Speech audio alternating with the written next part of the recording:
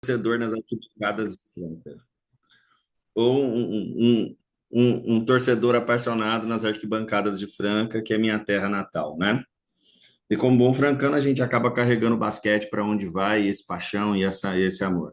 Mas não fui atleta profissional, como amador joguei muito pouco, mas como educador eu penso que o basquete se tornou uma ferramenta de promoção social e de oportunidades importantíssimo, uma ferramenta pedagógica que eu utilizo e exploro de todas as formas possíveis, e a gente vem tendo alguns resultados que eu gostaria de compartilhar com todos vocês, tá? Esse é o que a gente chama de projeto Barra Esportes, é uma abordagem social, pedagógica e técnica do que a gente está tentando fazer, produzir, organizar. A nossa instituição ela é muito nova, ela foi fundada agora em 2021. Nós estamos tentando organizar essa instituição e as diversas parcerias. Hoje a gente trabalha com duas categorias, o sub-14 e sub-17. O sub-14 dentro da escola, o sub-17 com a parceria com a Prefeitura Municipal, que é uma das fomentadoras da modalidade aqui na nossa região. Felizmente, a gente vai até o sub-17, que é onde o nosso recurso nos permite ir, né? Como eu disse anteriormente, a nossa instituição foi fundada em 2021, Associação Esportiva Interativa. Ela não trabalha só e somente só o basquete, a gente trabalha com outras modalidades, então nós temos handebol, nós temos vôlei, taekwondo, agora estamos entrando com futsal também, e essa associação, a tentativa de organizar da melhor maneira possível a prática desportiva na nossa região, não só em Barra do Garças, mas na nossa região. A gente está bem na fronteira, bem na divisa entre Goiás e Mato Grosso, e nós abrangemos três municípios que são conurbados. Então, é Barra do Garças, o maior município, do lado de Goiás nós temos Aragarças, e ainda atrelado à Barra do Garças nós temos o município de Pontal do Araguaia. Então, são três municípios que a gente consegue atender através do nosso projeto Barra Esportes, tá? Um pouquinho da minha trajetória aí.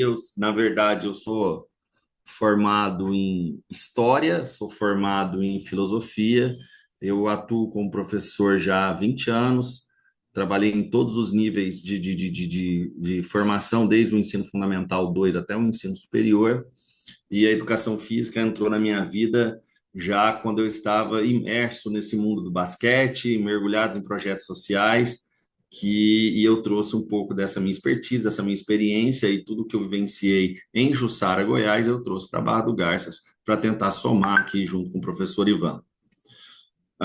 Professor Ivan, não sei se ele vai estar presente aqui conosco hoje, nós estamos aqui num processo de preparação para os Jogos da Juventude, que ele vai liderar o time feminino, mas o professor Ivan já é um profissional que trabalha o basquete já de longa data. Acho que a Majô foi atleta do Ivan, né, Majô?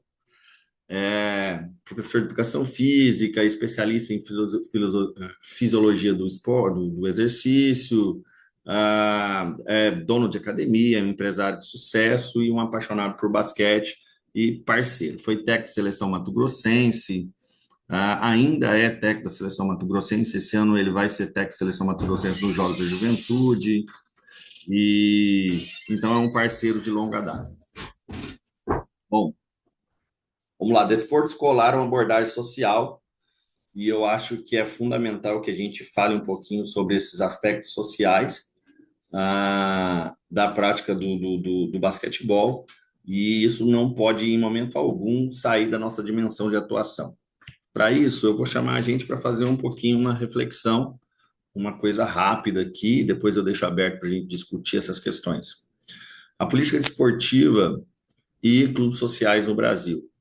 A política desportiva no Brasil busca promover exclusão social e reflete a desigualdade social do nosso país. Ela estimula o elitismo, a centralização de recursos e o baixo acesso à população mais carente à prática esportiva, e isso a gente entende como uma tônica da política pública esportiva no Brasil, né?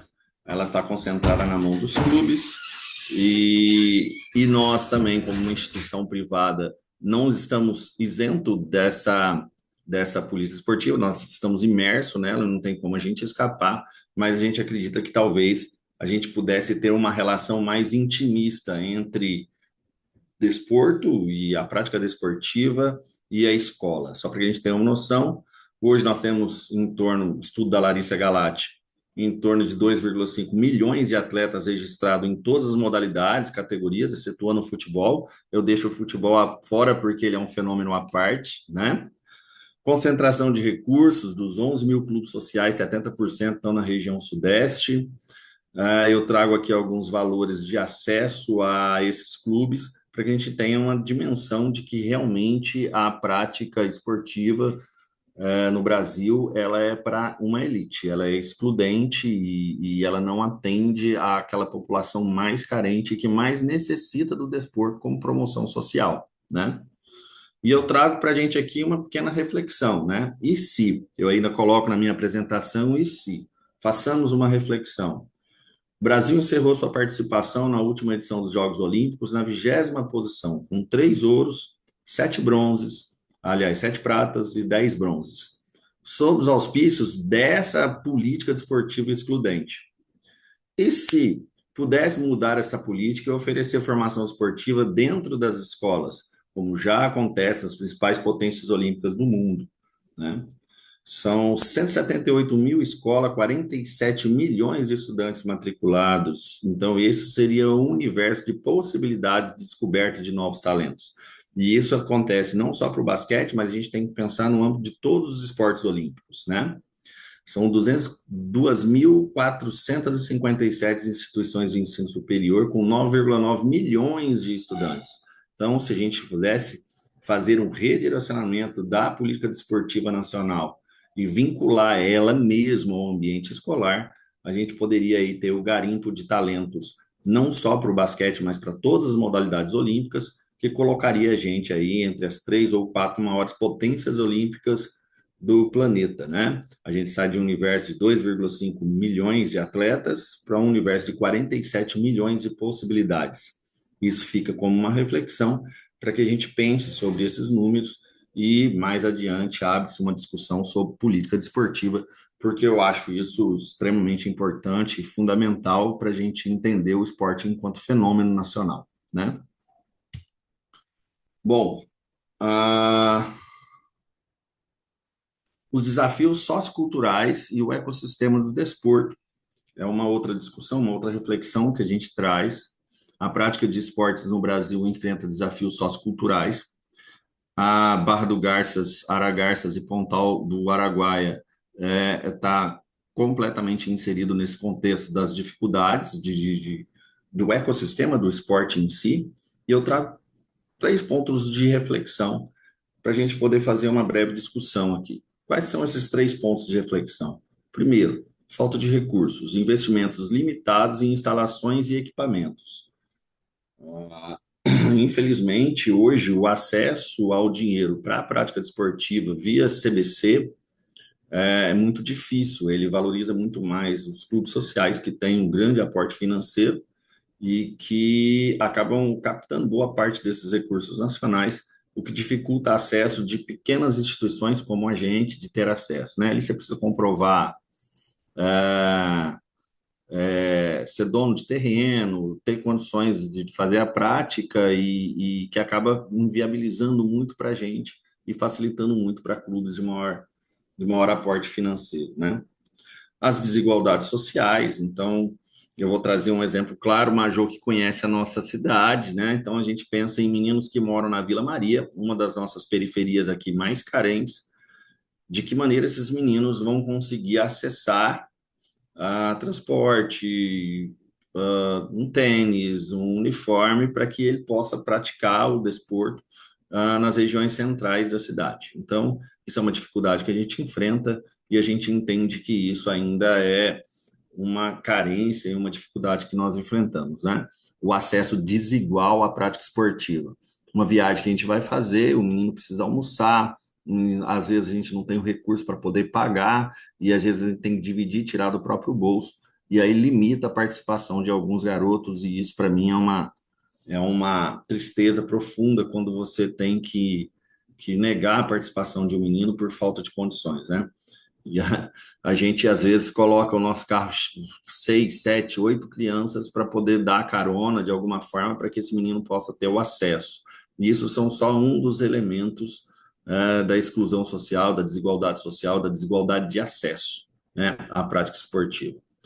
E uma carência de cultura esportiva das famílias. As famílias entendem o esporte muito mais como um processo de monetarização, de ascensão social, que está vinculado com a imagem de futebol e que não é muito a realidade olímpica. A gente pode agregar na formação pedagógica dos garotos, a gente pode agregar na formação de valores desses garotos, mas a monetarização, a ascensão social, talvez isso ainda esteja um pouco distante, principalmente dos nossos projetos que são fora de eixo, a gente não visa alto rendimento, a gente vai até as categorias 17. Dessa forma, uma das frases que a gente escuta, isso não tem futuro, isso não dá futuro para ninguém. E isso estabelece uma relação com o futuro, pensando que o menino vai ganhar dinheiro, vai ter ascensão social com a prática esportiva, e às vezes se decepciona, porque vê a realidade do esporte olímpico e ela não é das melhores. Então, a família entendendo um pouco mais o que é o esporte, quais são as suas prerrogativas, o que é o fenômeno esportivo, em todos, seja ele basquete, seja handebol, natação, qualquer um deles, e de que maneira isso pode agregar no processo de formação dos seus filhos, isso com certeza daria para nós um ganho gigantesco. Mas esses são desafios que a gente enfrenta diariamente e que hoje a gente possui até ferramentas que possam minimizar um pouco esses impactos dessa carência cultural. A gente percebe alguns pais que começam dentro do projeto e dentro de 2, 3 anos já estão consumindo basquete, assistindo NBB, discutindo sobre atletas, e isso para mim é o máximo, é fantástico. Comprando camiseta que seja de jogadores da NBA, que seja de equipes nacionais, mas isso para mim já é fantástico, poder contribuir de alguma forma para que a cultura da modalidade seja vivenciada por pessoas que antes não conheciam, não entendiam, não sabiam a respeito da existência dessa modalidade esportiva, né? Bom, a fundamentação pedagógica que a gente utiliza, eu gosto a gente gosta muito, discutimos muito dois pedagogos que são referências para o nosso trabalho. Primeiro, Paulo Freire, depois Antônio Gomes da Costa. Ambos trazem alguns conceitos que são importantíssimos. Paulo Freire, a gente extrai a ideia de protagonismo juvenil e a gente entende que a prática desportiva é um ambiente propício à criação de espaços de protagonismo juvenil, né? Em reunião com as famílias, com os pais, e momentos em que a gente pode cultivar aí essa relação mais intimista, a gente fala, olha, talvez o esporte não seja tão importante para vocês enquanto pais, mas para o menino ele vivencia, respira, ele sonha, ele pensa, porque ele é o protagonista da ação. Então, se a gente traz um pouquinho desse conceito de protagonismo juvenil e de realidade do próprio aluno, acho que Paulo Freire é extremamente importante nesse sentido. E Antônio Carlos da Costa, eu acho que é um educador fantástico e ele traz para a gente o conceito de pedagogia da presença, que é fundamental a gente, como treinador, nós, como professores, estarmos presentes na vida dos nossos alunos. Por muitas vezes a gente acaba criando uma relação bem próxima, é, e que de extrema confiança, de uma relação presente na vida de cada um, de participação dentro da família, de você chegar na quadra e perguntar para o menino, aí, tudo bem? Como é que está seu pai? Como é que está sua mãe? E isso faz com que gere no menino uma identidade, um sentimento de pertencimento e de algo que é importante e que é fundamental para a vida dele. Então, dentro da nossa fundamentação pedagógica, eu gosto muito de utilizar tanto o Paulo Freire quanto o Antônio Costa, pegando justamente esses dois elementos. Até porque a gente entende o jogo como metáfora da vida, né? A competição tem papel preponderante no desenvolvimento do jovem atleta. O jogo representa não só a oportunidade de avaliação dos processos de aplicação técnica da modalidade em questão, mas também a oportunidade de vivência, autorreflexão do processo ensino-aprendizagem, de partir de um mundo metafórico intencionalmente criado e controlado pelo profissional para os alunos. E como é que funciona essa ideia de o jogo como metáfora da vida? É fazer com que o menino entenda que o esforço dele vai trazer o resultado, que a resiliência dele e a lida com derrotas e vitórias pode agregar valores que serão preponderantes ali na vida adulta. Então você cria todo um ambiente metafórico onde o jovem é o protagonista ali dentro, controlado pela presença real do treinador, do professor em questão, e ali você consegue agregar à formação desses meninos alguns valores, eu vou citar alguns aqui que a gente compartilha com os nossos garotos, tá? Então, assim, a gente pensa o jogo como um momento também de avaliação técnica, mensurar a aplicação dos nossos conteúdos em cada uma das modalidades que a gente trabalha, né?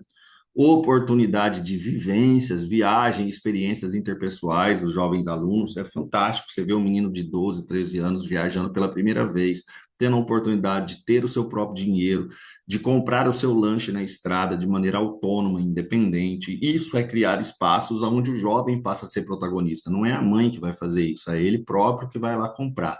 E a gente entende que isso são vivências extremamente salutar para poder construir o caráter e a moral desse garoto, né? E o processo de autorreflexão, onde eu preciso melhorar, o que eu preciso voltar e fazer nos meus treinamentos, aonde é que eu preciso crescer, qual é o caminho que eu vou tomar agora, e a gente acredita que o jogo é extremamente importante para que o menino consiga fazer essa autorreflexão, ele aprenda a fazer essa autorreflexão. Bom, a gente vai falar um pouquinho sobre os transfers de valores. Deixa eu só pegar aqui, abrir um pouquinho. Bom, transferências de valores inerentes à prática esportiva.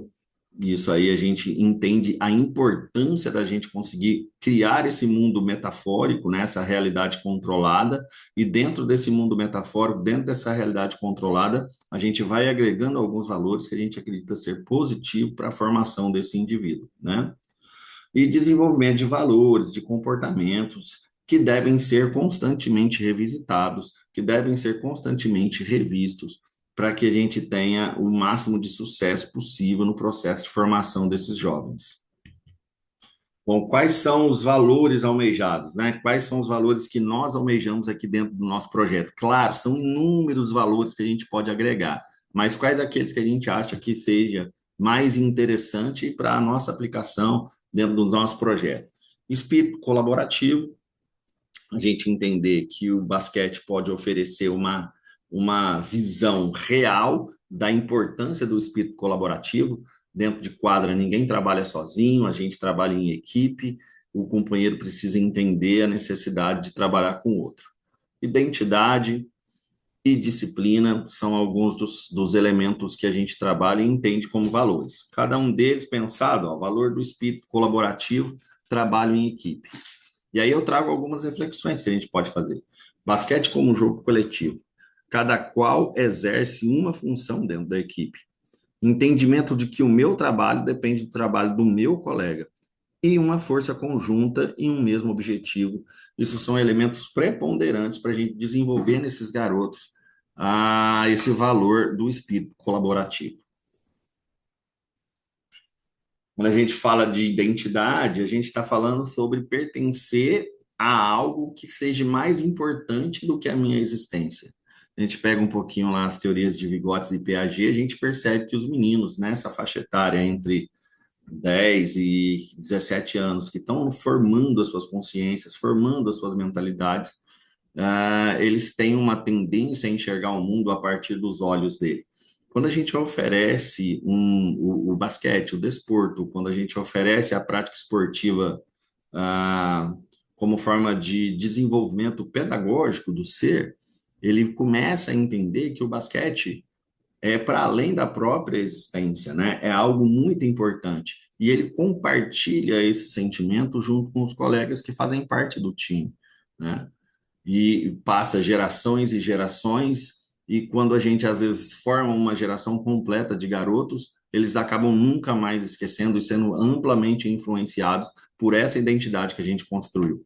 Talvez aqui, tanto eu quanto a Majô somos exemplo disso, a Majô mais ainda, porque eu acho que ela nunca esqueceu o tempo de atleta dela aqui em Barra do Garças, junto com o Ivan, as amizades que fez. E isso é de suma importância, a gente acredita isso, né, que isso seja um valor quase inegociável, né? E eu falo que algumas das coisas simples são de relevância gigantesca, como vestir o uniforme da entidade, valorizar as cores da entidade, valorizar as cores do time que defende. E isso também para nós não tem preço, é fundamental. E o menino entende que isso está acima da própria existência dele. Disciplina. Disciplina é estabelecer quais são as suas metas, né? Meta de preparação técnica, tática, física, e essas metas elas são atingidas para quê? Porque a gente tem um objetivo comum. E é muito simples da gente entender esse objetivo. Aqui a gente passa para os meninos. Qual é o nosso principal objetivo do ano? Ser campeão estadual dos Jogos Escolares Estudantis de Mato Grosso, representando a Associação Esportiva Interativa de Barra do Garças.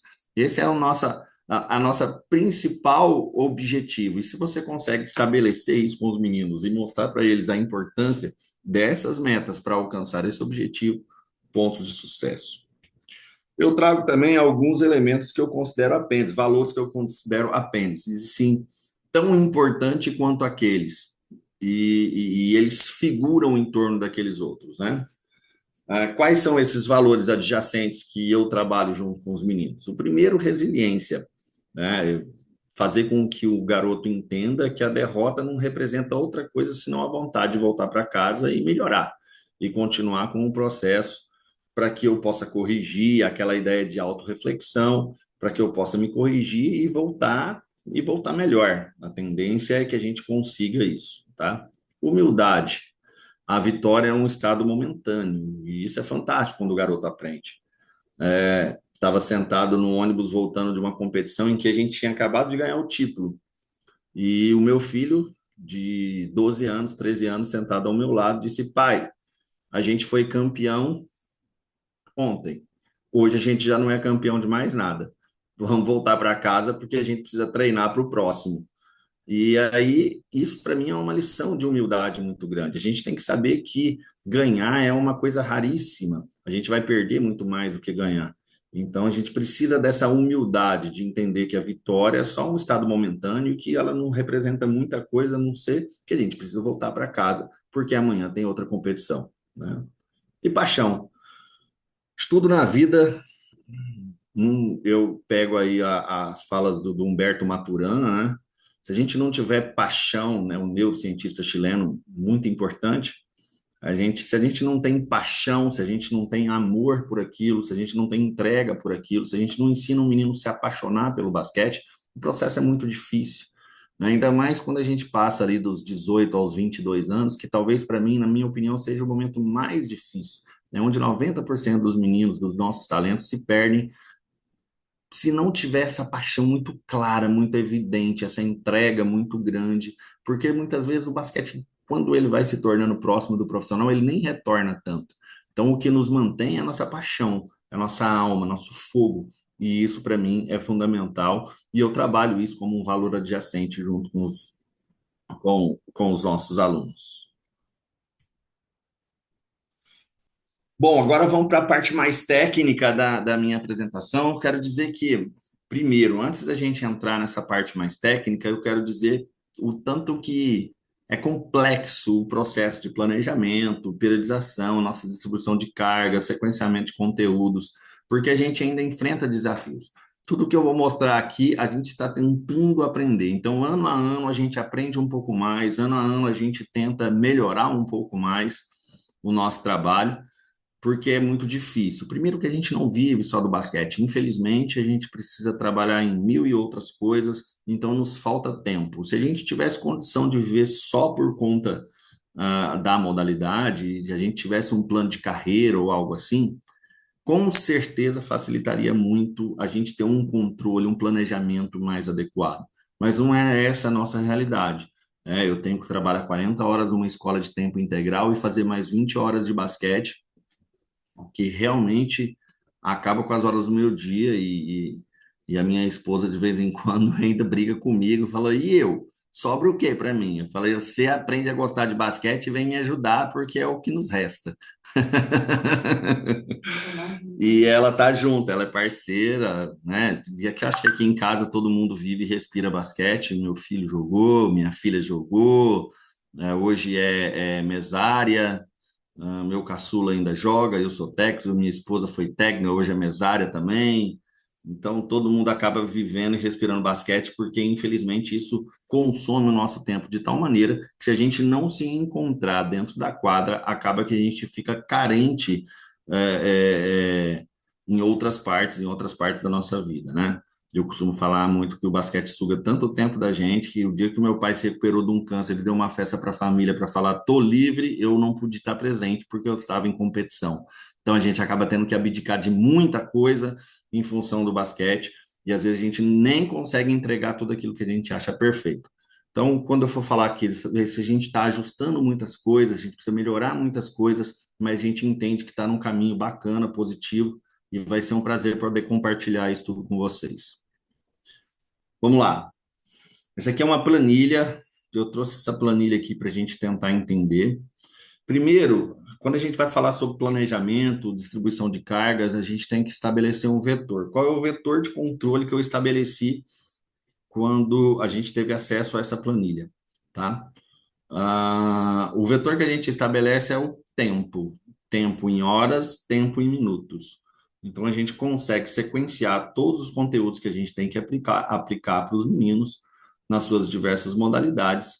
Ah, e o tempo passa a ser o vetor de controle da distribuição das cargas e do sequenciamento de conteúdos. Eu quero fazer um adeno aqui, que a gente vai ver na sequência de conteúdos logo ali na frente, que eu falo sobre as diversas faixas etárias, né, dentro desse sequenciamento de conteúdos. Porém, a gente ainda não conseguiu pegar e aplicar esse sequenciamento do início até o fim. Então, geralmente, qual é o maior desafio? A gente pega o menino já com uma certa idade. Muitos meninos iniciam na modalidade com 14, 15 anos e a gente é obrigado a queimar etapas. Então, essa é uma das grandes dificuldades que a gente enfrenta ao trabalhar com esse controle de cargas, com esse sequenciamento didático, tá? Eu trouxe aqui para a gente uma planilha que hoje eu estou usando no Sub-17 e a gente vai tentar esmiuçá-la aqui de alguma forma. Eu coloco ali, ó, desenvolvimento físico, desenvolvimento técnico, desenvolvimento tático, jogos e amistosos oficiais que porventura a gente faça no decorrer do ano. Outro grande desafio que nós temos no processo de formação dos meninos, a gente joga muito pouco, nós estamos muito longe dos grandes centros, então aqui, se a gente faz 15 jogos no ano, a gente comemora absurdamente, porque essa não é a nossa realidade, tá? O ano que a gente conseguiu fazer aqui entre 15 e 20 jogos foi um ano que a gente considerou de extremo sucesso, o que é muito nocivo para o processo de desenvolvimento dos nossos atletas, tá certo? Então, aqui a gente dividiu por meses. Aí a gente coloca o mês dividido em duas quinzenas, primeira e segunda quinzenas. E aí a gente estabelece, né? Dentro dessas quinzenas, vamos pegar, por exemplo, eu vou pegar o mês de maio, porque eu vou utilizar ele como exemplo no decorrer de toda a minha apresentação. No mês de maio, nós temos planejado um treino físico na primeira quinzena, um treino físico na segunda quinzena, 4 treinos técnicos na primeira quinzena, 3 na segunda, 5 treinos táticos na primeira quinzena, 3 na segunda. E nós temos 2 jogos na segunda quinzena, tá certo? Outro elemento importante que tem na nossa tabela são os ciclos, né? O que que a gente estabelece como ciclo de aprendizagem, ciclo de fixação, ciclo de aperfeiçoamento, ciclo de competição e ciclo de recuperação. São 5 ciclos que a gente estabelece aqui no desenvolvimento dos meninos, sendo que o ciclo de aprendizagem são aqueles conteúdos novos que a gente está passando para os meninos, que os meninos precisam aprender determinado fundamento. O ciclo de fixação é para que esse menino compreenda e entenda esses fundamentos que nós passamos, tá? O ciclo de aperfeiçoamento é que ele possa ter o gesto motor mais adequado e mais eficiente dentro desse fundamento que ele aprendeu e de que maneira que ele vai utilizar isso nas competições, né? E por fim, a gente tem o ciclo de recuperação, quando a gente já sai um pouquinho da temporada, nós estamos entrando agora no mês de setembro, a gente sai um pouquinho da temporada de competição e a gente dá uma pausa para a recuperação, tá certo?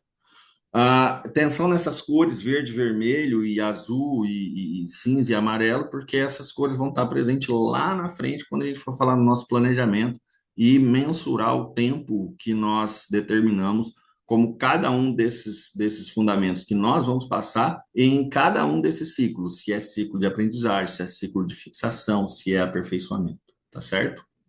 E embaixo nós temos aí a distribuição de cargas. Como é que a gente organiza o nosso treino, as nossas sessões de treino, tá? Então a gente estabeleceu aqui, ó, os dois primeiros itens aí são das capacidades físicas, seja elas coordenativas ou específicas. Depois nós temos os fundamentos, seja eles individuais, de defesa, de ataque, seja eles de contra-ataque, seja eles de tática de grupo, e por fim os coletivos, que são utilizados como desenvolvimento tático. E aí a gente tem uma porcentagem. Quando a gente está falando em pré-temporada, nós estamos falando de 20% de demanda das capacidades físicas, a gente estabelece 50% do desenvolvimento técnico, até porque nós estamos falando do ciclo de aprendizagem, muito desse momento a gente está aplicando alguns conteúdos que os meninos não viram na etapa anterior de aprendizagem, tá? E 30% do treino, um pouco mais de 30% do treino, fica estabelecido aí como parte coletiva, né? 30% do treino como parte coletiva. Óbvio que se a gente tivesse aqui com o sub-14, essa distribuição de carga, essas sessões de treino seriam um pouco diferentes, né? O ciclo de aperfeiçoamento, a gente diminui um pouquinho a parte física, até porque a parte técnica e coletiva já tem uma demanda física, inclusive que é difícil da gente mensurar dentro da planilha, e aí a gente também tem, os meninos já estão fazendo academia, já estão com acompanhamento com preparador físico, e a gente ainda está estruturando como é que a gente vai colocar isso nas nossas distribuições de carga, como é que a gente vai mensurar isso dentro do vetor que a gente estabeleceu, que é tempo, né?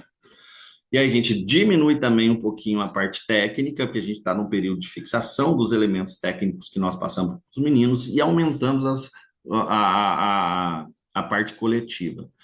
Interessante que se a gente perguntar assim, professor, qual o método que você usa? É analítico, ele é sintético, ele é analítico sintético, ele é situacional. Em cada momento a gente estabelece uma metodologia, então a gente deixa a metodologia de ensino extremamente flexível e adaptada a um determinado momento. Óbvio que o período competitivo, que vai aí de abril a agosto, um método situacional, ele é muito mais interessante, porque a gente tende a exigir um pouco mais de leitura do jogo, principalmente os meninos do sub-17. E em pré-temporada, óbvio que a gente foca um pouco mais em treinos analíticos, com excesso de repetição, com excesso de repetições e para que a criança possa pegar o gesto motor adequado. Por isso que não dá para a gente fixar qual método a gente utiliza, mas a gente deixa isso de maneira muito flexível, muito tranquila e dependendo do momento em que a gente está, dependendo do tempo em que nós estamos treinando. E aqui a gente tem isso. O período competitivo fica muito interessante. Eu vou pegar o mês de maio aí como referência, porque ele vai ser referência em toda a minha apresentação. O mês de maio a gente tem 15% de parte física, 20% de demanda técnica e já temos 65% de demanda tática, porque a gente está passando sistemas, são vários sistemas, seja defensivos ou ofensivos, então a gente precisa demandar um pouco mais de tempo das nossas sessões para esse elemento em específico na nossa distribuição de carga, nas nossas sessões de treino, tá certo? Está um pouco desfocado, mas isso aqui é um calendário com a quantidade de treinos que nós vamos ter no decorrer de um ano, tá? Então, você pega aí no mês de maio, nós vamos ter 19 treinos, 19 sessões de treinos. E aí eu passo para essa planilha aqui. Essa planilha aqui a gente começa a entender um pouco melhor como é que o vetor tempo passa a ser um elemento importante do controle das nossas cargas de treino e também do nosso sequenciamento didático, né? Mais uma vez, eu peço atenção para o mês de maio. Número de treinos é a primeira planilha aí, o primeiro item dessa planilha 1. Então, nós temos lá, ó, mês de maio, nós temos 19 treinos, certo? Duração de cada treino, 120 minutos. Total mensal em minutos, vão dar 2.160 minutos e 36 horas de treino. Então, isso aqui é um número importante para a gente controlar as nossas cargas, para controlar aí o sequenciamento didático dos conteúdos que a gente vai aplicar para essa galera, tá? Dentro desses 19 treinos, a gente precisa dividir eles aí. Nesses tempos, a gente precisa dividir eles. Então, o que é treino físico? É 15% desse tempo, 20% desse tempo, 65%, e a gente dá 100% das horas de treino trabalhadas. E embaixo aqui, nós temos a carga segundo a nossa distribuição que nós estabelecemos, de 15, 20, 65%. E então seriam quantas sessões físicas? 5,7. Óbvio que não tem como a gente fazer 5,7 sessões de treino, mas aí a gente vai fazer um arredondamento, a gente tem que chegar num número aproximado, e isso é uma das dificuldades que a gente tem quando a gente estabelece o tempo como vetor, né? Treino técnico, 7,6 e o treino tático, 9,9 sessões que dariam 38 horas aí de treinamentos durante o mês de maio, tá? Vamos passar para a próxima planilha. Essa planilha também ela se torna bastante interessante e a gente tem que prestar atenção no tempo de treino da planilha anterior, que eu vou chamar vocês para que a gente possa dar uma olhada. E mais antes a gente vai fazer o análise aqui. Aqui eu tenho controle de quantos treinos semanais e os minutos de treino treinados numa determinada semana. Nós temos um controle vertical e horizontal desses treinos. No vertical, na primeira semana de maio, nós tivemos 2 treinos. Na semana 1 de maio, nós tivemos 2 treinos. Então, foram 240 minutos de treino tático, sendo os 2 treinos dessa primeira semana foram táticos, então nós tivemos 240 minutos de treino tático. Na segunda semana, nós tivemos 600 minutos de treinamento, sendo 120 físico, 240 técnico, 240 tático. E assim sucessivamente. Semana 6 a gente não teve no mês de maio, e aqui a gente estabeleceu quanto tempo de treino em cada um desses elementos. Agora, se a gente vai para a parte horizontal, também é muito interessante e importantíssimo para o nosso planejamento. Se a gente vai pegar aqui o elemento técnico, tá? A gente soma quantos minutos de treinos técnicos nós tivemos no decorrer do mês de maio e a gente vai somar um total de 840 minutos de treinos técnicos. 900 minutos de treino tático, 240 de treino físico, a gente soma no total de 228 2.280 minutos de treinamento no mês de maio, e aí tem que bater com a planilha anterior. Se a gente voltar aqui, a gente vai ver que esse número bate, certo? Aqui já é o que a gente tem real. Aqui eu já faço as aproximações necessárias, como não tem 5,7, não tem 9,9, a gente monta aqui as nossas sessões. Isso aqui é para a gente ter um controle, principalmente dos imprevistos. Aqui eu tenho o que a gente tem disponível no calendário, o que foi programado e executado. Se essa soma aqui deu zero, tudo que nós temos disponível foi executado com sucesso. O mês de maio a gente teve esse sucesso, tudo que foi programado foi executado. Não tivemos treinos com interdição do ginásio, não tivemos treino de chuva que molha o ginásio, a gente tem que. Não teve nenhum problema comigo de saúde, então eu pude estar presente nos treinos e está tudo aqui organizadinho, então zerou a conta. O que era disponível foi programado e executado, certo? Passamos. Bom, aqui nós temos já a nossa sequência didática, a nossa sequência pedagógica, tá? Nós temos a nossa sequência pedagógica dividida em substâncias e conteúdos. Nós temos 6 substâncias que vão desde o controle de corpo, ataque, defesa, rebote, manejo da bola, passes, dribles, tá? E as faixas etárias com cada um dos conteúdos que devem ser trabalhados.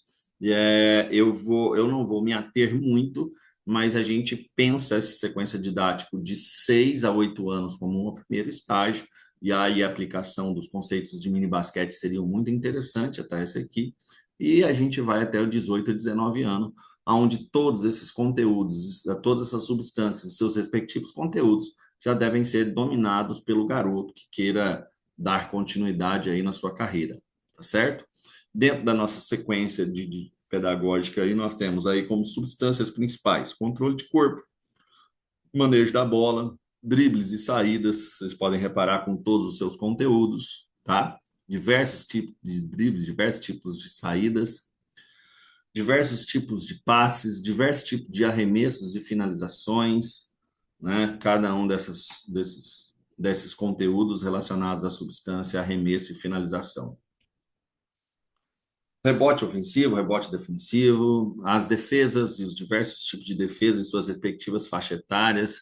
Uma coisa que a gente bate muito na tecla, e a Major, conhecedora da realidade do Mato Grosso, é uma coisa que a gente briga muito, né? E a gente acha um absurdo no sub-12, sub-13, fazendo defesa zona, onde o menino ainda não tem força estabelecida, não tem arremesso ainda estabelecido, então você fecha o garrafão ali e ganha o campeonato. Parabéns, você é campeão mato-grossense sub-12. O que que isso acrescenta no nosso currículo, eu não consigo entender, né? Eu acho muito mais interessante que a gente consiga sequenciar de fato esses conteúdos, adequado às diversas faixas etárias, para que o menino lá no fim não tenha muita importância, tá? O resultado é importante, mas que isso não seja prioridade no nosso projeto, mas sim que ele aprenda a jogar basquete, e que ele consiga jogar basquete adulto, se assim for o interesse dele, da família dele e de quem mais orbite aí dentro do universo desse garoto, né? Bom, aqui a gente passa para o nosso planejamento. Como é que funciona o nosso planejamento? Então, eu pego aqui, ó.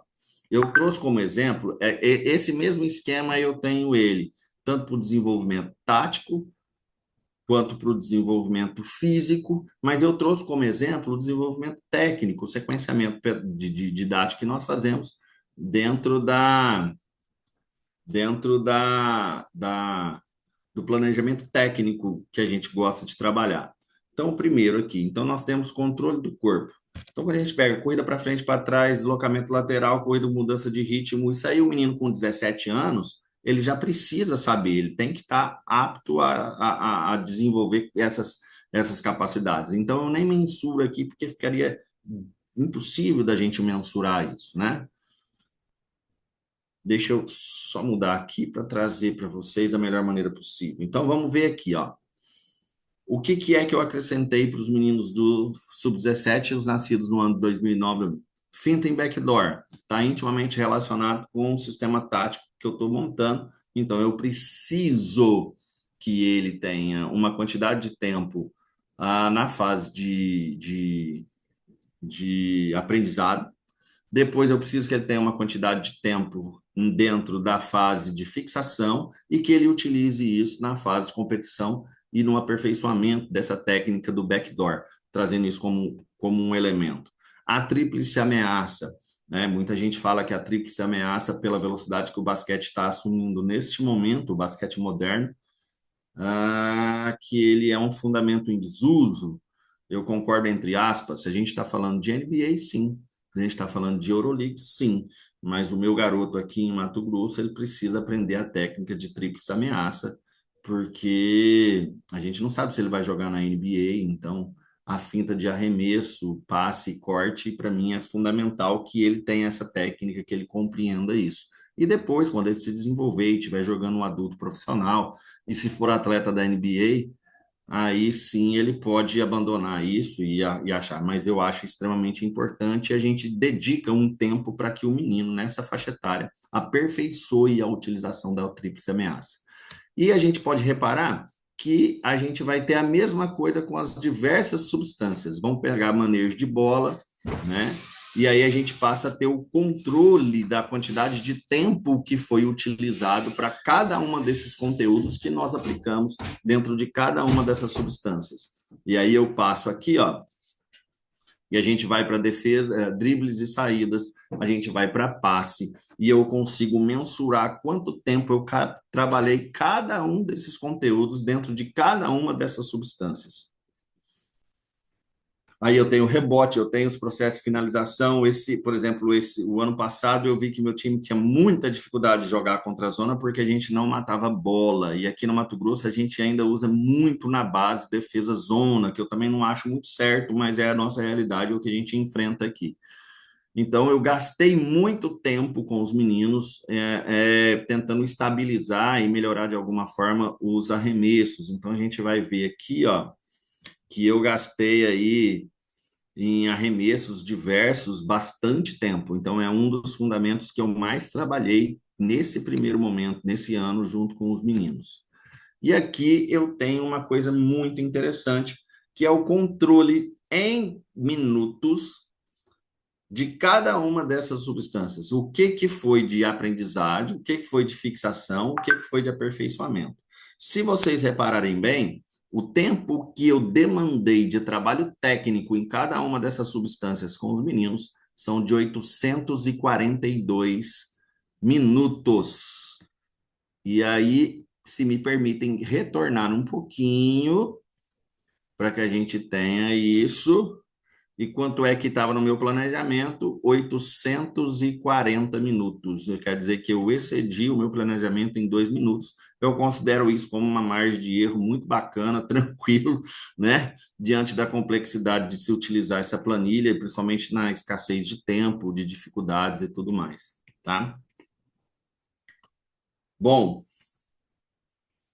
e como é que se estabelece? Aqui é do dia 12 do 5, é uma sessão de treino dia 12 do 5. Então, eu peguei aqui, ó, dentro das habilidades físicas, o que que eu trabalhei? Ativação neuromuscular, flexibilidade, mobilidade, coordenativo, educativos de corrida e no final do treino, recuperação. Então, foram 15 minutos que eu utilizei para fazer o trabalho físico, né? Eu sempre tiro 5 minutos no final de treino para falar sobre valores. Nesse dia foi foco e determinação, foram os valores que eu trabalhei com os meninos. E dentro da parte técnica, eu trabalhei 40 minutos distribuindo cada um desses conteúdos nesse tempo programado que está estabelecido aqui. Porque esse tempo aqui da minha sessão de treino naquele dia vai entrar na somatória total para mim mensurar em tempo quanto eu trabalhei com cada um dos meninos nessas diversas sessões. E se vocês me permitem mostrar aqui, vocês vão ver, ó, que no que foi parte física eu trabalhei 15 minutos, o que foi parte técnica eu trabalhei 40 minutos e o que foi coletivo, jogadas de transição rápida e parte coletiva, eu trabalhei 60 minutos. Entra mais ou menos, guardando as margens de erro, dentro do que a gente estabeleceu de distribuição de carga, 15% de treino físico, uh, 30% de treinos técnicos, ou 20% de treino técnico e 65% de treino coletivo, né? Dos aspectos coletivos. Isso aqui é mais ou menos a nossa sessão de treino diária, o que a gente faz diariamente. Fundamental que a gente tenha o tempo, o vetor de controle da nossa distribuição de carga, do sequenciamento é em tempo, e isso para nós é fundamental, tá certo? Eu vou caminhando aqui para o fim para deixar aberto para a gente conversar, para ter um bate-papo lá no final e que apontem, por favor, aí onde é que a gente pode melhorar, quais caminhos que a gente pode tomar. Mas não sem falar antes de alguns resultados que a gente considera importante, né? Ah, vamos dar uma olhadinha nos resultados que nós tivemos nos últimos anos. Esse é o Alisson Gama, ele é armador do nosso Sub-17, fechou a temporada de competições conosco aqui, hoje está em Lins. O mesmo acontece com o Iago, nosso segundo armador. Então ele sai de Barra do Garças, hoje vai jogar o Paulista em Lins. Lateral, Caio, também da nossa equipe Sub-17 aqui, também foi embora para Lins. E o João Pedro, o indiano, que é pivô, também foi para Lins. Com 4 garotos saíram daqui e hoje integram a equipe de Lins. No passado recente, o Vitão passou pelo nosso programa aqui em 2022 e hoje está em Maringá jogando a LDB. Vitor Brasil passou pelo nosso programa em 2022 e hoje ele saiu, foi para o Palmeiras, depois foi para o Botafogo, onde está jogando a LDB. Lucas Mazurek saiu um pouco mais cedo, ele foi para o Palmeiras, do Palmeiras ele foi para Campinas, e depois ele foi para o Monte Líbano e hoje retornou para Barra do Garças, que ele encerrou o ciclo dele, que é estudar, fazer medicina, justo também, bacana, mas ele teve condições de sair de Barra do Garças e tentar jogar num nível acima do nosso, e isso para nós é extremamente valoroso, né? Esse é meu filho Adilson, também passou por todo o programa, todo o processo de formação, e saiu do nosso programa em 2022, foi para o Palmeiras, depois disputou a LDB pelo Setaf do Espírito Santo. Hoje também decidiu que vai trabalhar como educador físico, como personal, e já também o basquete agora como hobby, não mais como profissão. Esse é o Gustavo Monstro, um menino que desses casos que chegaram muito tarde, ele chegou de 15 para 16 anos no programa, conseguiu um desenvolvimento muito interessante, é um menino alto, com 2 metros de altura, hoje entrega a equipe do Pato Basquete, está jogando a LDB pelo Pato Basquete. Esse é o Grigor, eu considero o Grigor um dos meninos de mais sucesso dentro do nosso programa. Em 2022 ele foi MVP do CBI, de uma das classificatórias do CBI Sub-17, e no mesmo ano ele foi para a Itália, foi para o Next Step de Rapallo, na Itália, onde ele ficou por um ano. Depois de um ano ele retorna, contratado pelo São Paulo, e depois, esse ano, está no Pato Basquete, é um dos destaques da equipe do Pato Basquete na Liga de Desenvolvimento, o principal jogador do Pato. E já na temporada passada já teve sua estreia jogando o NBB. A gente considera isso como algo muito positivo, muito salutar. E agora eu vou para os dois casos de maior sucesso. O Vini Braga, que hoje é um dos maiores prospectos do basquete nacional, foi destaque jovem da temporada 24-25 do NBB, né? Era atleta nosso, disputou e saiu. Depois que a gente jogou um sul-americano, ele foi para o Minas e lá se desenvolveu absurdamente. É um menino muito alto, muito dinâmico, muito rápido. Campeão agora do Global Jump, junto com a seleção brasileira. Eu considero ele como um dos nossos sucessos aqui. E o Agape Santos, que hoje é atleta do Pinheiros, começou conosco, a família dele é daqui, de Barra do Garças, foi campeão universitário com a seleção brasileira na Alemanha agora, e é um dos destaques do Pinheiros, do jovem time do Pinheiros, pivô, grande, atlético, um menino muito interessante que passou por todos esses processos que eu acabei de descrever aqui para vocês e está tendo condições aí de sonhar com voos até mais altos do que o próprio NBB. É um menino que apresenta também, ao lado do Vini Braga, um grande destaque no cenário nacional. Todos esses casos eu considero como sucesso, não porque a gente formou um time adulto ou porque a gente ganhou títulos, mas acredito que a gente pegou o que a literatura rege, aplicamos, e esses meninos tiveram condições de sair do nosso programa, num lugar longe dos grandes centros, fora totalmente do eixo, né? Nós estamos aqui entre Goiás e Mato Grosso, e eles conseguiram jogar num nível acima da nossa realidade. E isso, para mim, é o que mensura o sucesso do nosso programa, isso, para mim, é o que baliza o que a gente estabelece como sucesso. Eu não sou muito adepto de títulos, mas eu sou adepto do processo de formação, e isso, para mim, não tem preço que a gente possa contemplar cada vez mais projetos de vida. Cada um desses garotos que eu apontei para vocês assumiram boa parte daqueles valores que a gente propôs e, acima de tudo, esses garotos sonharam. Sonharam em um dia poder vestir a camiseta de um grande clube, sonharam viver o extraordinário vestindo a camiseta da sua seleção nacional, né? Assim da conquista, tanto do Agro quanto do Vini, eu falei, vocês tiveram a oportunidade de viver o extraordinário, como tantas vezes eu falei nas nossas reuniões de final de treino e sigam na trajetória e que vocês possam produzir mais boas memórias, porque eu acredito que no fim da nossa vida, quando a gente der nosso último suspiro, a gente não leva absolutamente nada para outra vida, a não ser as boas memórias que nós construímos. E se a gente servir de escada para que esses garotos alcancem os seus sonhos, para mim, eu cumpri a minha missão aqui na Terra. Agradeço muito um pouquinho da nossa experiência, um pouquinho do que a gente tenta trabalhar aqui. Eu peço desculpas às vezes pelas limitações, eu peço desculpas às vezes de talvez não ter o caminho mais correto, mais adequado, mas é o que a gente está tentando fazer e se aperfeiçoando todos os dias para conseguir contribuir da melhor maneira com mais jovens, com mais promessas e garimpar mais talentos longe dos grandes centros. Poderia estar para São Paulo trabalhando com um plano de carreira interessante, mas lá eu seria mais um na multidão. Eu sei que aqui é onde eu estou, eu posso fazer a diferença na vida de alguns garotos que sonham tanto quanto qualquer garoto de qualquer lugar do mundo. Agradeço demais e muito obrigado pela paciência. E abro aí para a gente pergunta, para a gente debater, para questionamentos e tudo mais. Obrigada, obrigada, Hélio. Muito legal a tua contribuição, principalmente pelo teu cuidado em trazer esse material, né, e não ter ego nenhum, de não querer apresentar isso que você faz aí no seu dia a dia, porque a gente sabe que tem pessoas que talvez não iriam querer expor a forma como trabalha. Eu acho que isso é uma limitação muito, né, muito grande assim das pessoas com essa questão de não apresentar aquilo que faz nos seus projetos, nos seus clubes.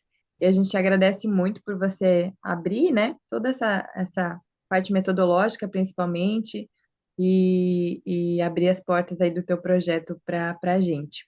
Eu tenho algumas perguntas mais específicas, mas eu acho que eu vou fazer o efeito contrário. Vou te perguntar a que eu iria fazer no final primeiro. Você comentou aí que o projeto é de 2021, né? Teve aí o surgimento em 2021. Todos esses atletas aí que você trouxe no final, eles provavelmente também já vieram depois, né, do projeto, aí em 2021.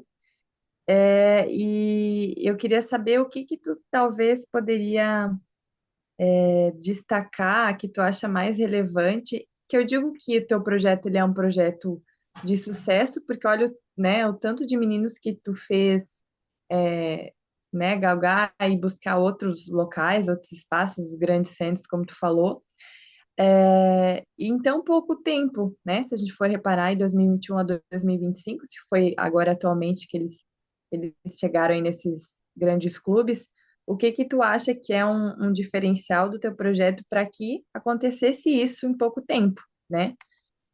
E também depois, se tu quiser na sequência responder, eu não sei se tu colocou aí, Hélio, quantos profissionais atuam aí com você e como que é tu ter esse gerenciamento de todas essas horas, de todas essas informações da planilha, que eu sei que tu não termina treino e tu não vai, às vezes, colocar isso na planilha depois, né? Ou tu não tem ali um tempo, como tu falou, hábil para fazer isso. Então, como que é esse processo de tu organizar isso? Se é sempre no final de semana, se é à noite, lá na meia-noite, se como é que funciona, tá? Se eu puder Mônica, esclarecer esse é o aí. nosso maior desafio. Primeiro, respondendo a primeira questão, nós estamos estruturando a associação a partir de 2021, mas o projeto já existia antes da associação, né?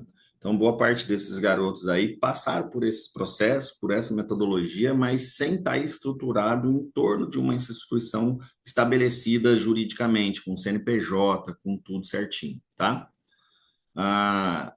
Eu chego em Barra do Garças, na verdade, em 2019, para poder contribuir com o professor Ivan, que já vinha desenvolvendo um projeto parecido, e já há muito tempo. A Major é, já é fruto desse processo que começou lá atrás, em 2001, se não me engano, quando o Ivan começa com o projeto aqui. E antes dele, nós já tínhamos o professor Bilego, que também já trabalhava. Então, é um projeto de bastante tempo já. Porém, ainda faltava essa estruturação jurídica, a gente faltava encaixar as pontas. Então, a gente tinha a escola fazendo um trabalho ali, a prefeitura fazendo outro trabalho aqui. O que a gente tentou fazer a partir de 2021 é conseguir conectar esses projetos que já estavam acontecendo aqui para poder dar uma cara, para poder dar uma identidade ao trabalho que vem sendo realizado na cidade. Por isso que a gente fala que o projeto é novo nesse sentido, é novo juridicamente, mas na prática ele já vem acontecendo já com uma data já há bastante tempo, né? Confesso que esse é a minha maior dificuldade, é contar com o tempo disponível para que a gente tenha todo aquele controle. Como eu disse anteriormente, eu trabalho 40 horas numa instituição de ensino em Aragarças, né? Eu sou professor efetivo da rede estadual de ensino do estado de Goiás e ainda tenho que fazer 20 horas aulas em Barra do Garças, dividindo o tempo aí entre prefeitura e escola. Quer dizer, Aonde está o tempo, né? Complicado. Confesso que a gente perde muitas horas no final de semana. A gente conta com a colaboração dos estagiários e eu não posso deixar de citar aqui a contribuição sensível que a minha esposa dá, né? Então, a Gisele me ajuda muito nos processos de planejamento, na distribuição dessas cargas, principalmente no arquivamento disso tudo, porque isso dá um trabalho, é um trabalho homérico. E confesso que às vezes a gente não consegue fazer tudo a contento, da maneira como a gente gostaria. Seria muito bacana se a gente tivesse um arquivamento individual para cada atleta que passa sobre esse processo, porque dá para fazer e a gente teria um controle do processo muito maior, muito maior. Mas é impossível da gente conseguir fazer isso. É difícil da gente mensurar, por exemplo, os treinos os individuais de cada atleta. Ainda não temos um preparador físico efetivo do nosso lado que possa melhorar um pouquinho a nossa atuação na parte física do processo e as melhorias das capacidades físicas dos meninos nesse processo. Então, por isso que eu falo que a gente ainda está no processo de estruturação e hoje a gente precisa de mais pessoas envolvidas para que isso possa ser feito de melhor maneira possível. Isso aqui é o que a gente consegue fazer hoje, com uma demanda de tempo gigantesca. A gente fala 60 horas, mas a gente trabalha 120 horas por semana. Isso é fato, né? E assim, quando a gente está em tempo de competição, ainda é mais loucura ainda, porque a gente tem viagem para fazer, e muitas vezes a gente dorme em escola, e às vezes o menino, você está acompanhando, vê se o menino está dormindo, se já tomou banho, se já jantou. Quando tudo acalma, você pega o computadorzinho e vai poder juntar dado e fazer, vai dormir 1, 2 horas da manhã.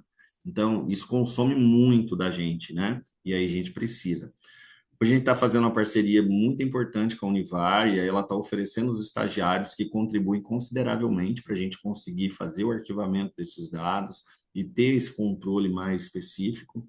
E a gente consegue trabalhar isso em duas categorias. Se fosse mais categorias, se a gente tivesse todas aquelas categorias e com o efetivo hoje trabalhando dentro da modalidade basquete, seria quase impossível, né? Seria praticamente impossível.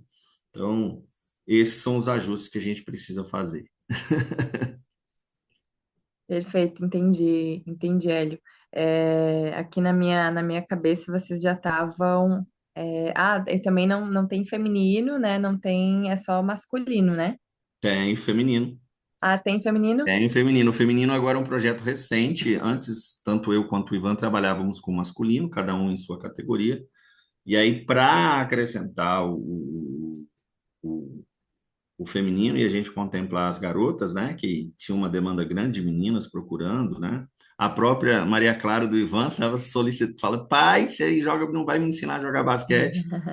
E aí, nesse sentido, o Ivan passa, assume o feminino e eu fico com o masculino, só que o feminino a gente está começando. Esse é o Uhum, segundo ano efetivo com o feminino, efetivamente com o feminino dessa nova etapa, né? Porque a Majô já é fruto de uma primeira geração trabalhada com o Ivan lá atrás, que foi muito vitoriosa, diga-se de passagem, e com várias gerações. Aí ele abandona um pouco o feminino, foca no masculino, e agora, de 2023 para cá, ele está com o feminino, eu estou com o masculino. Então, eu tenho que tomar conta de duas categorias. Você pensa que é uhum, trabalho dobrado. uhum. Beleza. Mas, Jô, Túlio, fiquem à vontade. Vai lá, Pode falar Túlio, primeiro, você está Marcos. na frente. Mas, ó, sempre as mulheres primeiro, aprendi isso com a vida. Vai, Majô, manda brasa. Beleza, olha, vamos pontuar algumas coisas importantes aqui. Hélio fala que às vezes eu tenho o hábito de falar em primeira pessoa em Barra do Garças, mas é por conta do carinho. Eu falei estamos, eu não estou mais lá, mas às vezes acabo me sentindo parte também. Ele fala que está no segundo ano de projeto feminino, só que no início da apresentação também já deixou claro que o Ivan não está presente porque está treinando as meninas para o brasileiro, né? Então, se a gente Exatamente. pensar num estado tão grande, com 142 municípios, com 2 anos de trabalho, já ter conseguido classificar pro brasileiro estudantil já é uma demonstração que o trabalho realmente surte um efeito, tem uma qualidade, e quando esse trabalho bem monitorado, tem feito a diferença em Barra do Garça, tem conseguido fazer com que algo que a gente pensa que talvez levaria 3, 4 anos, isso se reverbere em muito menos tempo por conta desse processo, né?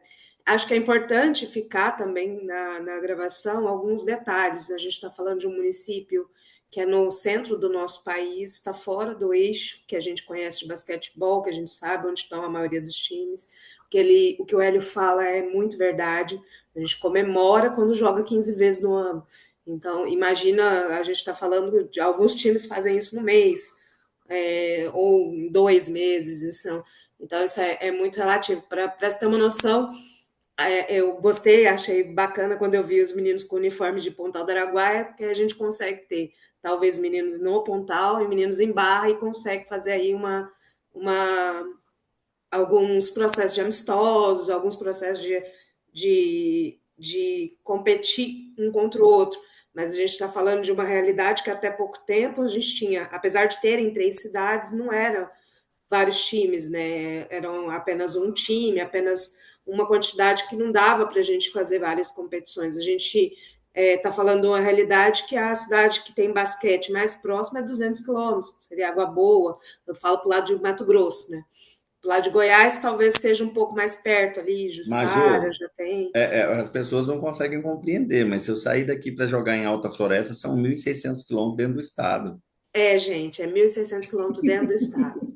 É 24 horas de viagem para ele jogar em Alta Floresta e não sair do estado. Então, assim, Exatamente. realmente, a gente está falando de um estado de uma dimensão territorial muito grande, de uma malha viária que não ajuda também em alguns pontos. Então, assim, para Alta Floresta, se você for olhar no mapa agora, você vai ver que talvez sejam 700 quilômetros.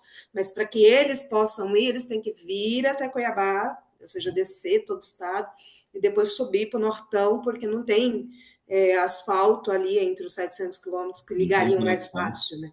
Nós estamos Aí, falando no norte do Mato Grosso, que é Xingu, é reserva natural do Xingu. exatamente, aí não tem como passar, essa que é a verdade. Exato. Então, assim, no Mato Grosso a gente tem essa realidade muito, muito, muito diferenciada. Você tem um basquete, no norte é um basquete, no sudeste é outro basquete, e na região de fronteira, agora ali Barra do Garças, Água Boa, é outro basquete.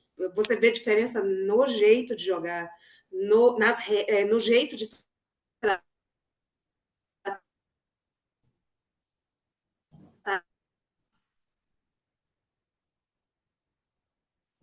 Cortou um pouco. Eu não sei se Travou, né? Travou dela, né? Travou da Major.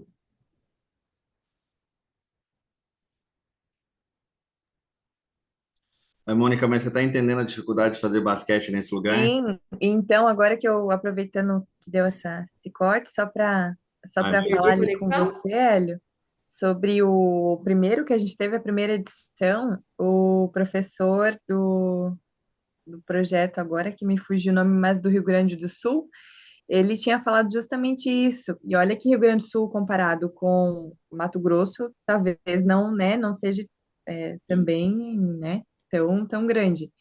Mas eles não conseguiam fazer como a gente aqui em Santa Catarina, a questão do estadual, né, dos regionais, que para eles era também um absurdo de se fosse fazer a etapa regional com outro clube, por exemplo, era muito longe. Então eles não tinham essa questão regional, então eles jogavam também muito pouco, sabe? E eu fico agora pensando nessa situação também, porque aqui a gente tem vários jogos, mas é um estado bem menor, né? Perdi a Major, conexão, por né, favor, gente? continue. Não, acho que acabou. A gente acho que era só realmente para contextualizar que às vezes não tem essa dimensão de fato, né? É uma cidade que é mais próxima de Goiânia, que é Goiás, do que de Mato Grosso, do que a capital de De Mato Cuiabá. Grosso, Cuiabá.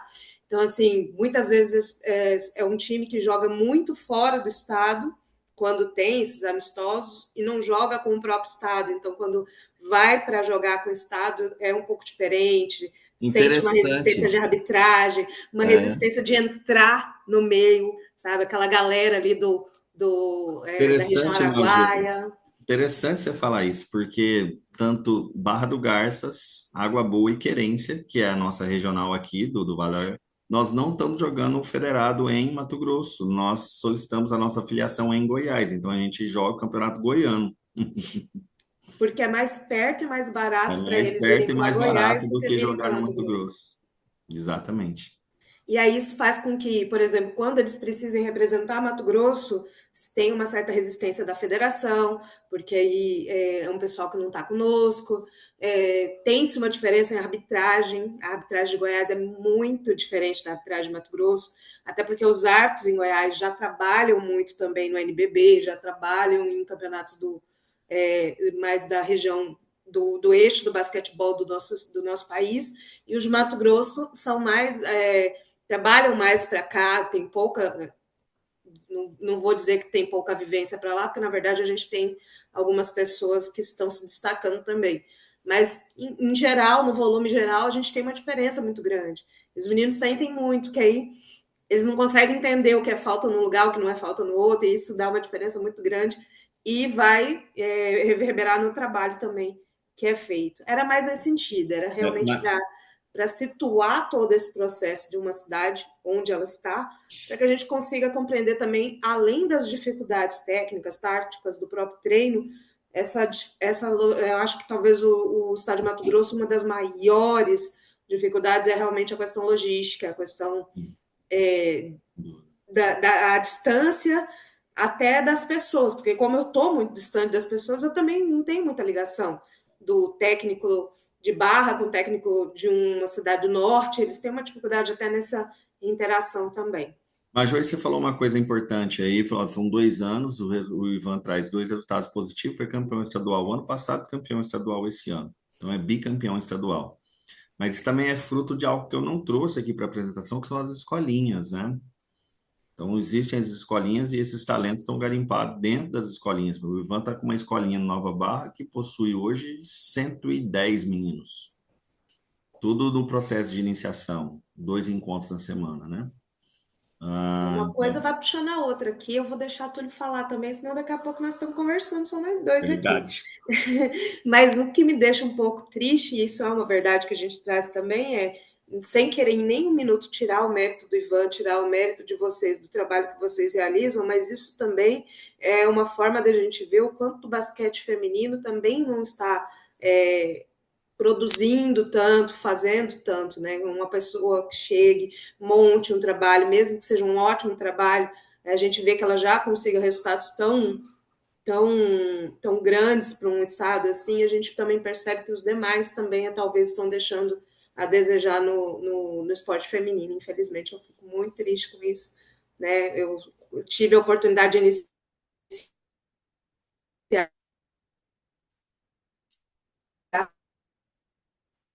Acho que falhou novamente. Ô, Majus, Técnica, né? vamos deixar o Túlio falar, porque senão a gente.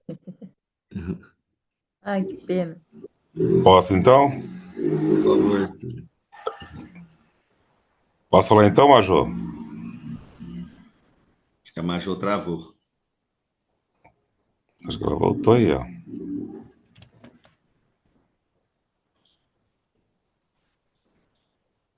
Cadê ela? Não tô vendo aqui.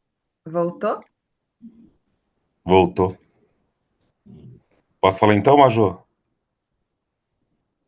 Pode seguir, Túlio. Estão me ouvindo? Pode seguir. Tranquilo. Então, Túlio, acho que você desligou o seu microfone. desculpa, Hélio. Parabéns. Tá? Excelente aula, excelente organização. Eu sou de Minas Gerais, né? Muito tempo de basquete também. E muito organizado. Fantástico seu sistema, tá? Parece muito com o pessoal do Minas.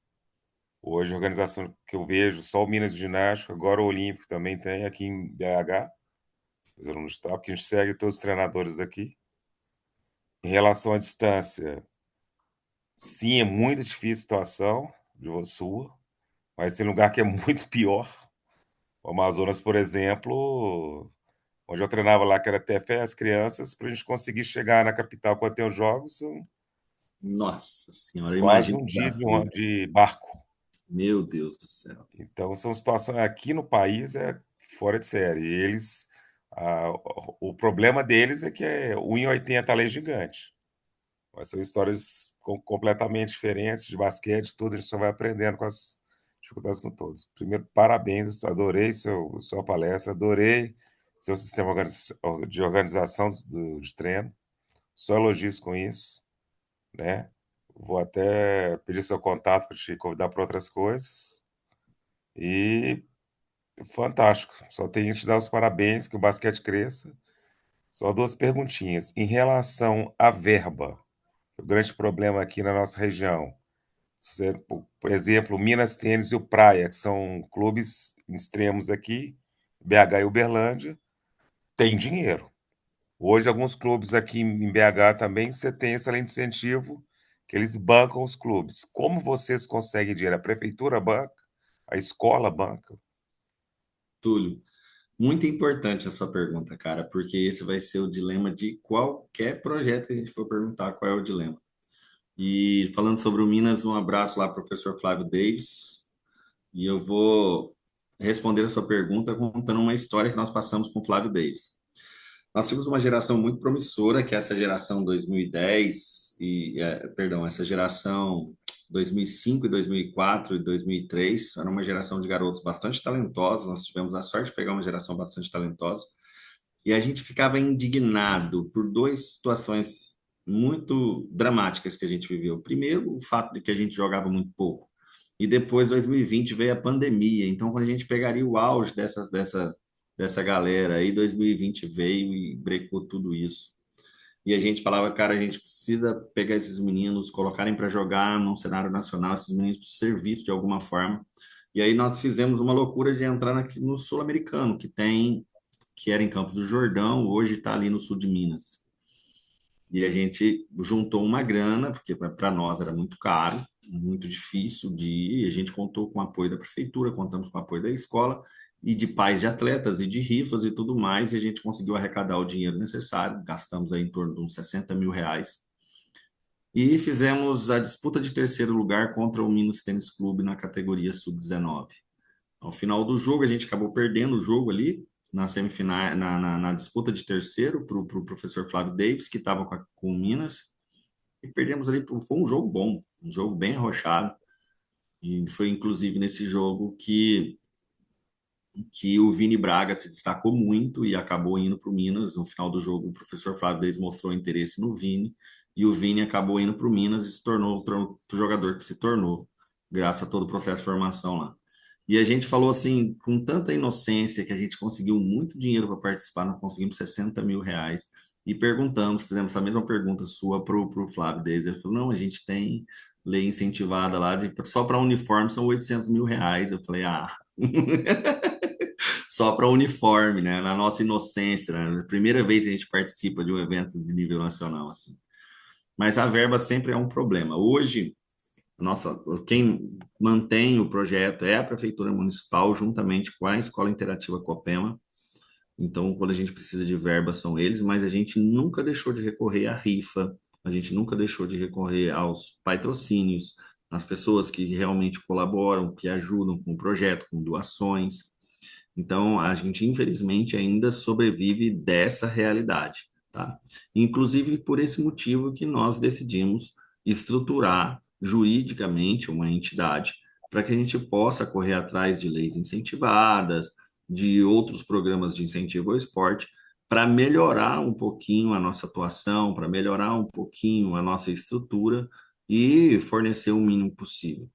Barra do Garças é uma cidade relativamente estruturada, nós temos bons ginásios, a prefeitura fornece para nós um material de boa qualidade, uniformes, assim como a escola também oferece isso, mas ainda acreditamos que é insuficiente para que a gente desenvolva o trabalho no nível que a gente gostaria de desenvolver.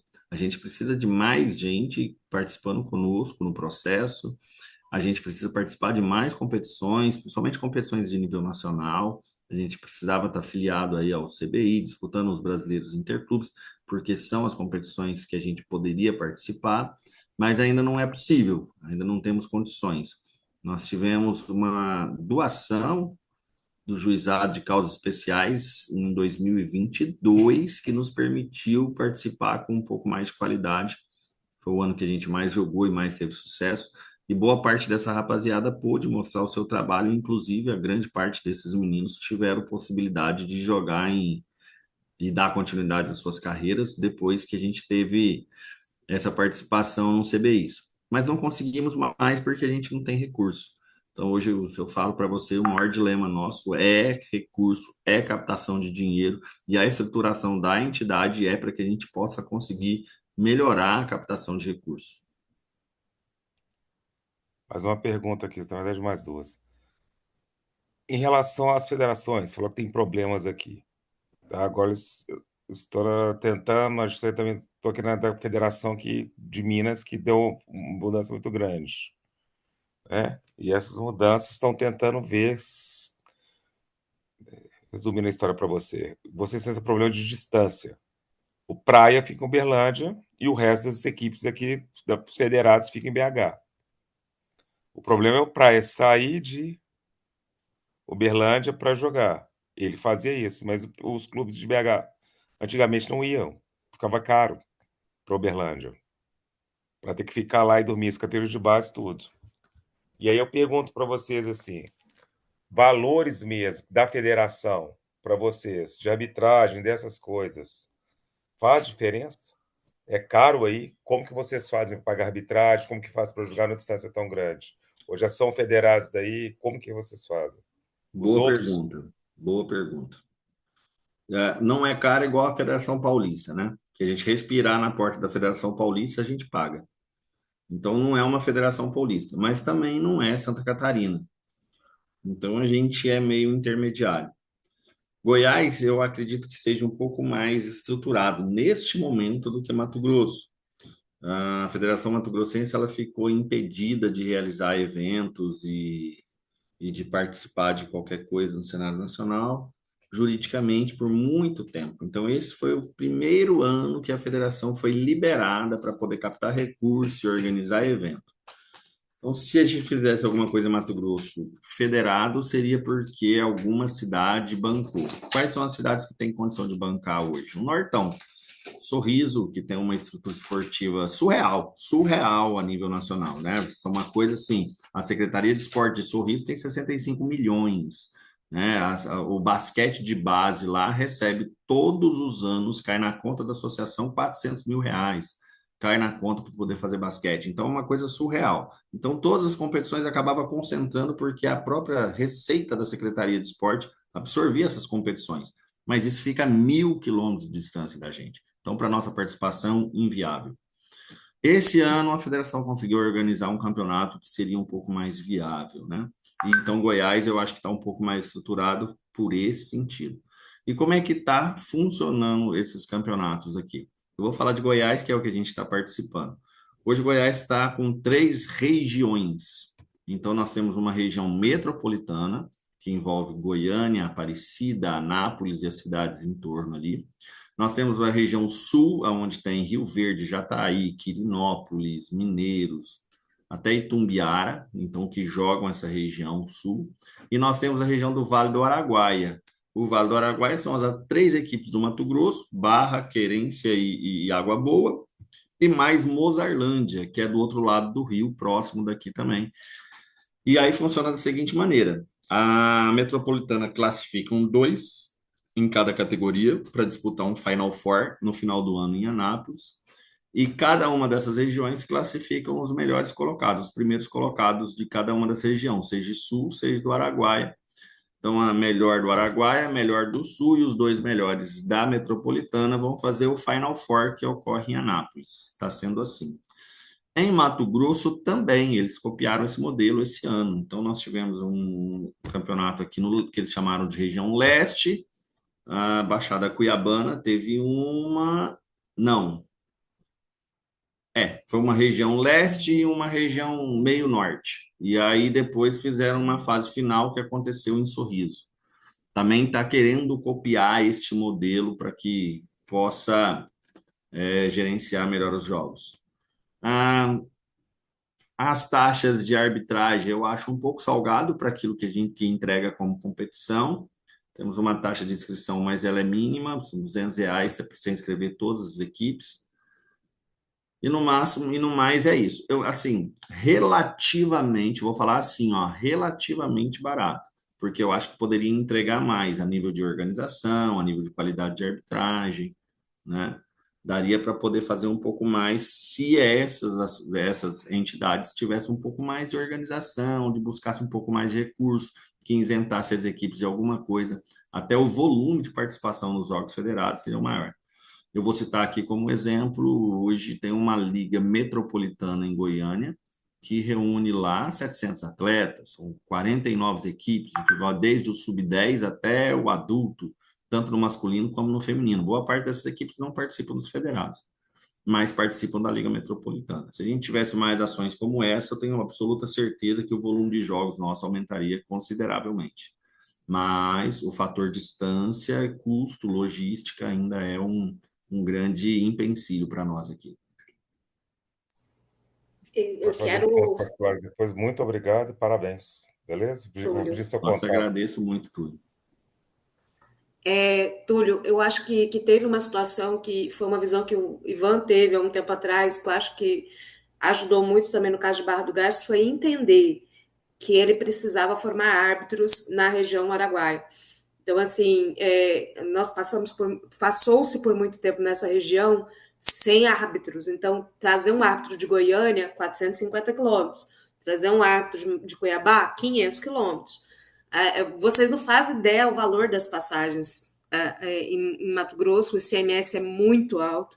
Para você ter uma noção, é mais barato trazer um árbitro de Goiás do que um árbitro de Mato Grosso. O problema é que se ele apitar em Mato Grosso, ele está infringindo a federação dele. Então, eles tinham um problema sério. Então, às vezes, ele tinha que trazer esse árbitro, o jogo tinha que acontecer em Aragarças para evitar um problema em relação à jurisdição de federações. Porque senão, se a Federação de Mato Grosso, por exemplo, soubesse desse jogo, ela poderia denunciar esse ato para a sua federação ou para a confederação e ele perdia o registro, enfim, tinha muito dessas coisas. Então, ele abriu os olhos a perceber que ele precisava pegar esses atletas passando dos 17 anos, que ficassem ali, porque no caso de Barra do Garça é uma cidade universitária, então tem mais de 3, 4 universidades, se contar com as universidades que são EAD, que tem polo, enfim. Então, os meninos que saíam do sub-17, que acabavam entrando na faculdade na própria região, começou a absorver eles em arbitragem, mesário, árbitro, começou a formar para que eu pudesse ter esse árbitro sem ter que pagar o custo da viagem. E aí começaram a ter oportunidade de mais jogos, seja amistosos com as atléticas, seja trazer uma equipe mais relativamente próxima, e quando eu falo próximo, eu estou falando 200 quilômetros, que já não é tão próximo, mas ter esse árbitro um pouco mais barato, porque trazer esse árbitro de uma capital ou das regiões que tinham esse árbitro ficava muito caro na época. Então, eu Isso acho é, que isso foi uma sacada interessante. isso é muito importante, Major, ser salientado. A gente precisa encontrar maneiras para poder baratear custos de jogos. Agora, no final do ano, a gente vai fazer uma formação de novos árbitros pela Federação Goiana. Então, vai vir a equipe pessoal de Goiás e vai formar o pessoal daqui que está interessado em apitar jogos. E aí, quando for sediarmos jogos ou visitar alguém, junto com a equipe, vai 2, 3 árbitros, que facilita um pouco mais essa logística, né? E dá condições a gente baratear o custo dessas competições. Se a gente tem uma equipe de arbitragem na nossa cidade, se não paga hotel para árbitro, alimentação para árbitro, transporte de árbitro, tudo isso consegue baratear e a gente consegue desenvolver um pouco melhor. E isso é fato, isso é extremamente importante e são estratégias que nós utilizamos para conseguir fazer o basquete acontecer, né? Não tem outro caminho, é esse aí mesmo. Eu sei que a gente poderia ficar aí conversando, né? Mas até pelo tempo também, para a gente não passar e não usar mais do seu tempo, a gente te agradece. E seria muito interessante, como eu falei, se tivesse o professor Mário aí para a gente poder, né, nesse momento ir vendo as diferenças, né? porque eu acredito que lá em Pernambuco também seja uma outra realidade, talvez não com a questão né, de longe, de perto, mas a gente com certeza teria outras realidades, né? Mas, de novo, te agradeço e vou repassar a gravação, se tu permitir, para o professor Mário, assim como quando eu tiver a dele, ou eu divulgo, né? Se tu puder também participar em setembro, a gente ainda não tem data, mas assim que souber, a gente compartilha com todo mundo ali no grupo, que eu também vi que você acompanha, né, da RIB. Sim. Deixo a fala aqui para o professor Hector, para finalizar, e novamente a gente agradece. Bueno, Professor, gracias. Eh, una gran aprendizaje para mí escuchar el trabajo del profesor Helio y su grupo, muy minucioso, muy detallado a nivel internacional, me permito decirlo. De alguna manera, esto lo vamos a compartir lo máximo que podamos. Tratamos de divulgar las buenas prácticas, los ejemplos de buenas prácticas deportivas. Y bueno, nosotros, nuestra tarea es divulgar estos trabajos buenos, hacerlo lo máximo posible. Sabemos que es un trabajo, como dijo el profesor Helio, que lleva muchas horas fuera del campo. Y de alguna manera rodear estos buenos trabajos y estas buenas prácticas y apoyarlas es el trabajo de la RIBE.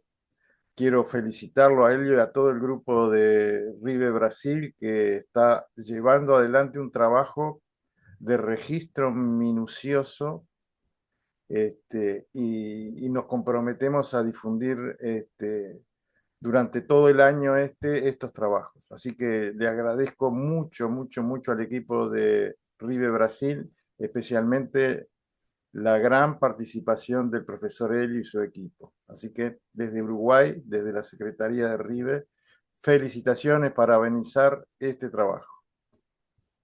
Eu que agradeço, pessoal. Muito obrigado pela oportunidade. Eu sou um militante, muito mais do que treinador de basquete, eu me considero um professor, e o basquete é, para mim, uma mola propulsora para o desenvolvimento de jovens talentos. Então, eu agradeço muito, imensamente essa oportunidade. Para mim é uma honra poder compartilhar isso com vocês.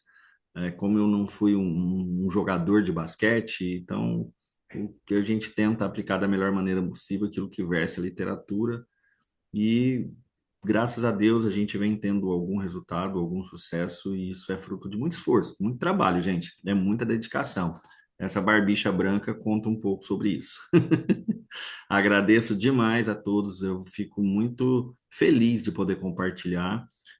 Ponho à disposição todo o meu material, essa planilha, tudo o que precisarem, e se puder compartilhar aí, eu fico 100% à vontade de poder compartilhar, até porque em algum momento lá atrás, na minha carreira, alguém compartilhou isso comigo e eu pude.